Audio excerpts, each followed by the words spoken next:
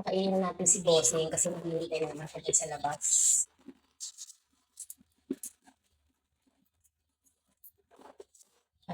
Anyway guys, ito yung pagkain na, ito yung Dr. Shiva Kind Kibble. Ito po ay pwede sa 6 months pataas ng mga aso natin guys, any breed po. Ito, kompleto na yan guys, meron na yan goat milk, may peras yan, may blueberries, may beef, at may sweet potato. At yung beef po na yun ay para sa kanilang mga muscles, sa kanilang bones, yung sweet potato.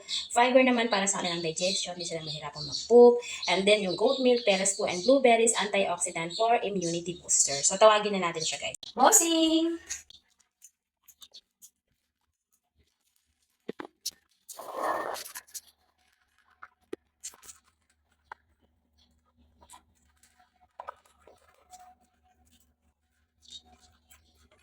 Ayan, di ba?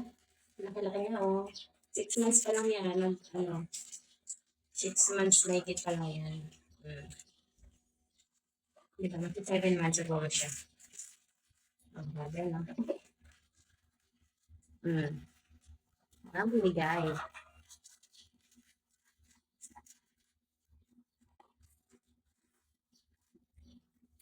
Sarap.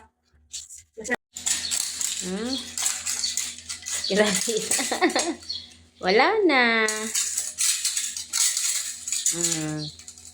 Ay, gusto pa niya.